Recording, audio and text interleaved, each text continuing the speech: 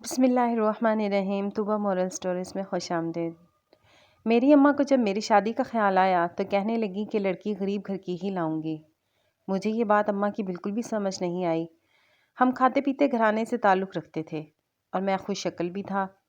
پھر میری اماں میری شادی غریب لڑکی سے ہی کیوں کروانا چاہتی تھی؟ میرا رشتہ تو ایک اچھے خاندان میں بآسانی ہو سکتا تھا.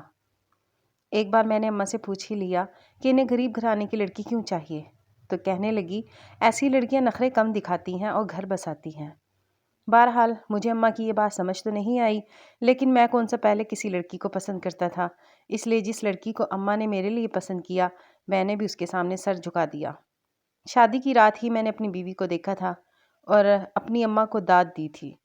وہ 20 سالہ خوش شکل خوبصورت لڑکی تھی، اتنی ہی کم گو اور باحیا. بہرحال سکینہ سے شادی کر کے میں بے حد خوش تھا. مجھے اپنی والدہ کی بات 100 آنے درست لگی تھی. سکینہ تو واقعی ایسی تھی کہ منہ میں زبان نہ ہونے کے برابر. میں نے آج تک اسے اپنی اماں کے سامنے اف کہتے ہوئے بھی نہیں سنا تھا.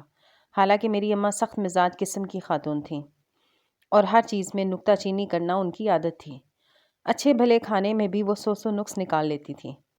میں تو شادی سے پہلے ہی گھبراتا رہتا تھا کہ اگر میری بیوی بھی زبان کی تیز ہوئی تو میری ماں کی اس قسم کی نکتہ چینی کی عادت کو دیکھ کر گھر میں ہنگامہ کھڑا کر دے گی. لیکن سکینہ ایسی نہیں تھی. میری زندگی تو بڑی پرسکون تھی. میں اماں کی کسی بات پر اختلاف نہیں کرتا تھا.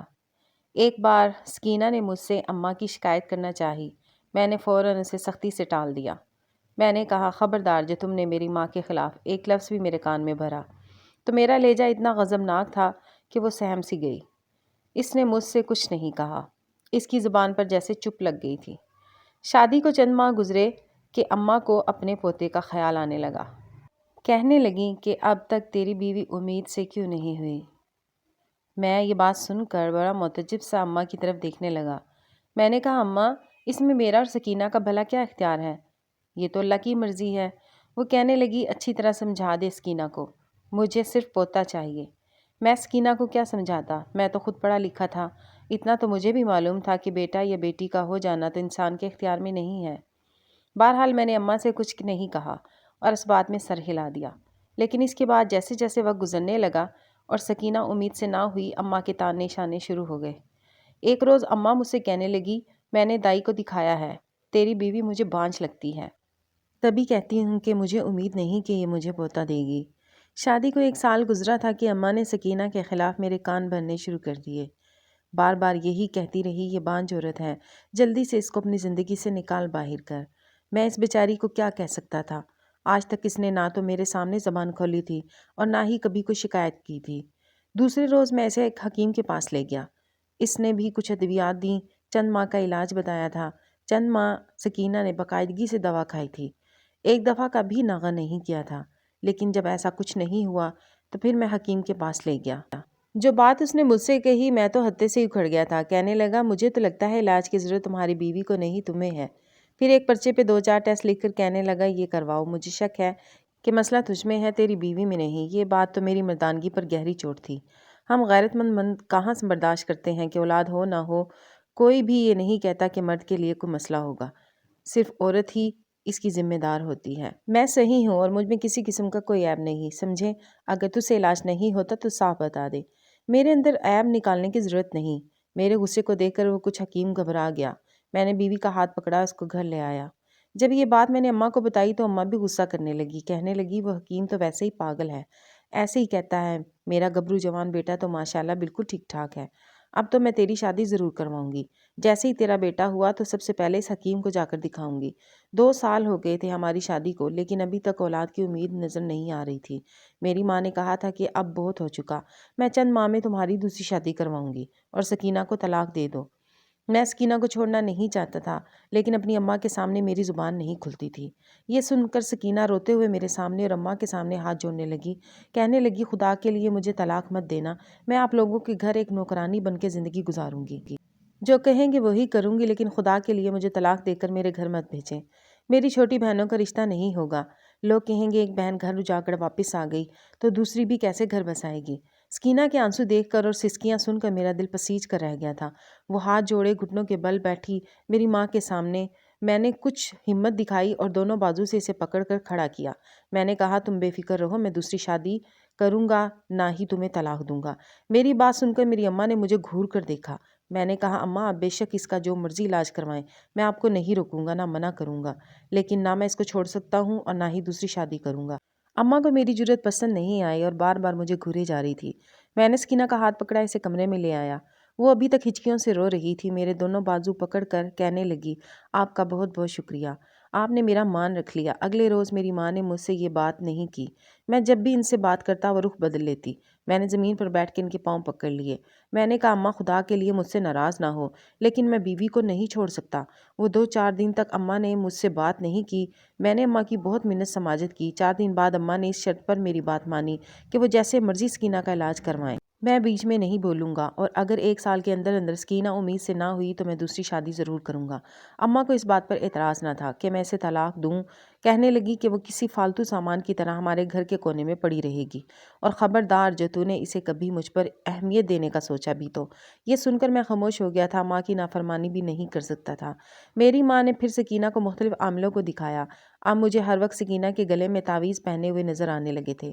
رات دیر تک وہ جائے نماز پر بیٹھی وظائف کرتی رہتی تھی، کبھی تعویذ جلاتی تھی تو کبھی ڈوریاں باندھتی، ہاتھوں پر کبھی پیروں پر، جو میری ماں کہتی سکینہ وہ سب کر رہی تھی۔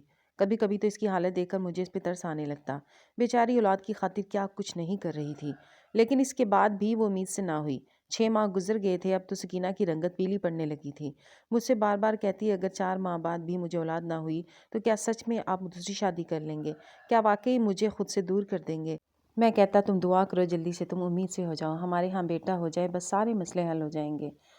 انہی دنوں ہمارے پڑوسی نے میری والدہ کو بتایا کہ ہمارے ساتھ والے گاؤں میں ایک عامل بابا رہتا ہے جو بے اولاد عورتوں کا ایسا پکا علاج کرتا ہے کہ لازمی بیٹا ہی پیدا کرتی ہیں۔ یہ سننا تھا کہ میری ماں کے چہرے پر چمک آئی۔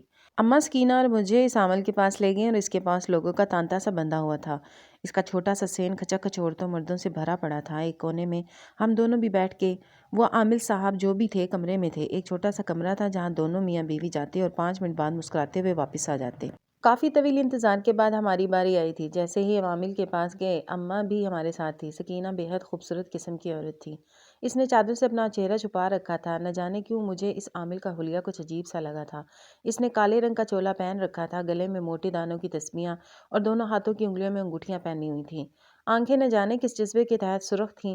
جیسے ہی ہم اس عامل کے سامنے بیٹھے، اس نے ایک بار پھر سکینہ پر نظر ڈالی تھی۔ نہ جانے کیوں مجھے یہ سب دیکھ کر برا لگا تھا۔ پھر کہنے لگا بولو بی بی کیا مسئلہ ہے؟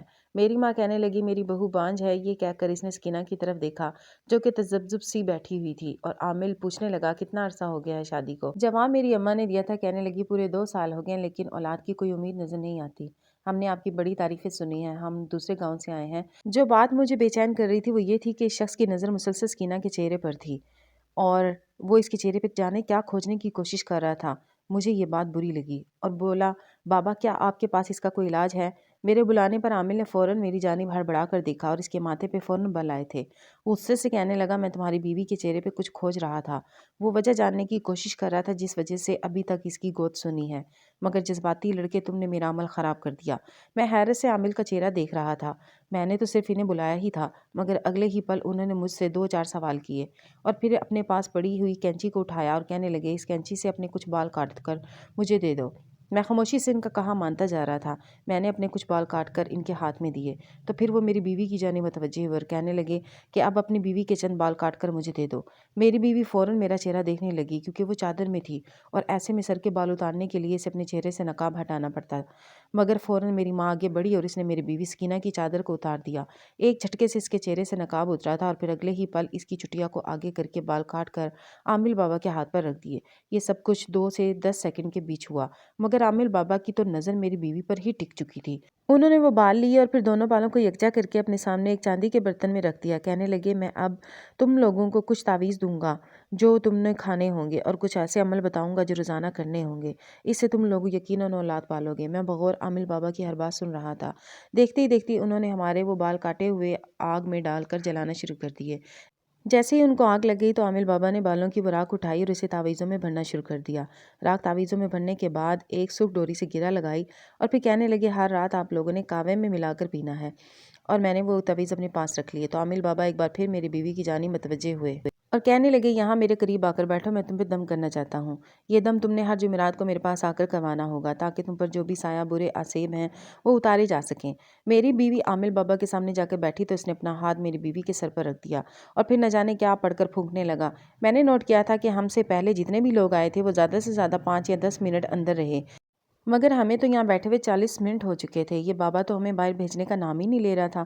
اس کے بعد اس نے ہمیں کچھ تعویذ دی اور کہنے لگے یہ تعویذ مغرب کے بعد جلانے ہیں اور جلا کر اس کی راکھ اپنے سر پر ملنی ہے تاکہ جو بھی برا سایہ وہ تم لوگوں کے سر سے ہٹ جائے۔ اس کے بعد اس نے مسکرا کر میری بیوی کی جانب دیکھا اور پھر وہاں سے جانے کو کہا۔ ہم تینوں وہاں سے چلے آئے، سارے راستے میں خاموش رہا۔ گھر آ کر اماں سے کہنے لگا یہ آپ کیسے انسان کے پاس لے کر ہمیں گئی تھی؟ یہ کیسا عمل تھا؟ اس نے تو کچھ بھی اچھا پڑھ کر دم نہ کیا، وہ تو یہ بال کھانے کو کہہ رہا ہے اور نہ جانے تعویذوں کو جلا کر راکھ سر پر ملنے کو کہہ رہا ہے۔ بھلا ہم یہ سب کیسے کر سکتے ہیں؟ مگر اماں نے فوراً تنبیہ انداز میں کہا کہ وہ بڑے ہیں، انہوں نے یہ سارا عمل سیکھ رکھا ہے، وہ بہتر جانتے ہیں، تمہیں زیادہ سوچنے کی ضرورت نہیں، بس جو کچھ انہوں نے کہا ہے وہ تم کرتے جاؤ۔ مجبوراً اماں کی خاطر خاموش ہونا پڑا۔ وہ بالوں کی راکھ ہم دونوں میاں بیوی کھاتے رہے۔ ایک ہفتہ تو گزر گیا، پھر وہ دن بھی آیا کہ میری بیوی کی طبیعت کچھ بوجھل سی لگ رہی تھی۔ کہنے لگی میرا بالکل بھی جی نہیں چاہتا کہ اس پیر بابا کے پاس جاؤں، وہ مجھے عجیب سی نظروں سے دیکھتا ہے، مگر امی کی خوشی کی خاطر جانا ضروری تھا۔ میں ایک بار پھر اپنی بیوی کو لے کر وہاں چلا گیا۔ اس بار بھی انہوں نے کچھ ایسے ہی تعویذ اور ڈوریاں کھانے اور جلانے کے لیے دے دی۔ 2 ماہ گزر چکے تھے مگر ابھی تک کوئی امید کی کرن نظر نہیں آئی تھی۔ اس بار میں نے امی سے کہا کہ اگر اس بار بھی اس نے یہی سب دیا تو اگلی دفعہ میں وہاں نہیں جاؤں گا۔ اس بار جب ہم عامل بابا کے پاس گئے تو میری اماں اسے کہنے لگی 2 ماہ سے آپ اس کے پاس آ رہے ہیں مگر ابھی تک میری بہو کو کوئی خوشخبری نہ ملے۔ تو عامل بابا مسکرا اٹھے اور کہنے لگے ابھی تک میرا علاج پورا نہیں ہوا، علاج کا اصل مرحلہ تو ابھی رہتا ہے، وہ کرنے کے بعد ہی تمہارے ہاں بچوں کی کلکاریاں گونجیں گی۔ اس کے بعد جو کچھ عامل بابا بولا وہ سن کر میرے پیروں کے نیچے سے زمین نکل چکی تھی۔